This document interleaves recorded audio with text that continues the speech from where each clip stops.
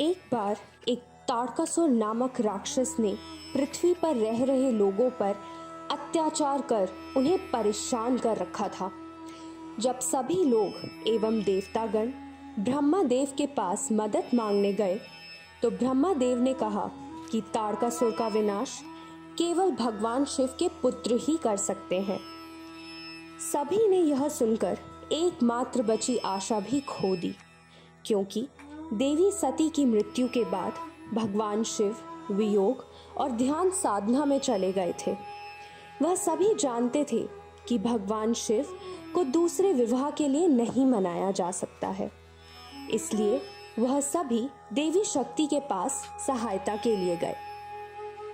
कुछ समय बाद राजा हेमवत एवं रानी मेनका को एक पुत्री हुई, जिसका नाम उन्होंने पार्वती रखा। जैसे जैसे वह बड़ी हुई, भगवान शिव की आराधना में लीन होती गई। जब उन्हें महसूस हुआ कि भगवान शिव पर उनकी तपस्या का कोई असर नहीं हो रहा, तब उन्होंने कामदेव से सहायता मांगी। कामदेव ने भगवान शिव पर 5 बाण चलाए ताकि वह देवी पार्वती से प्रेम करने लगे, परंतु इससे भगवान शिव, जो कि ध्यान साधना में थे, कामदेव के बाण से उनकी साधना टूट गई और उन्होंने क्रोध में आकर अपनी तीसरी आंख खोलकर कामदेव को भस्म कर दिया। इसके बाद उन्होंने देवी पार्वती को वहां से जाने के लिए कहा।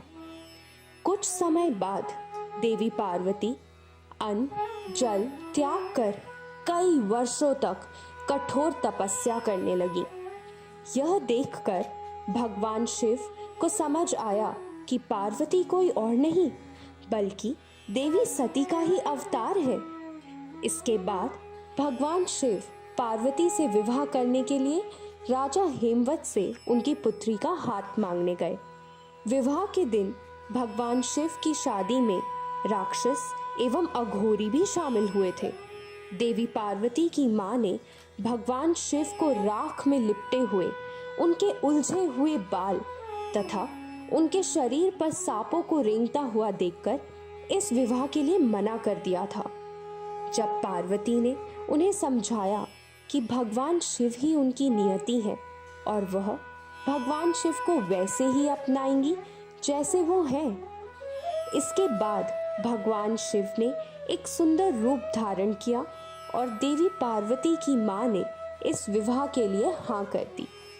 विवाह के बाद भगवान कार्तिक का जन्म हुआ, जिन्होंने बाद में राक्षस ताड़कासुर का वध किया।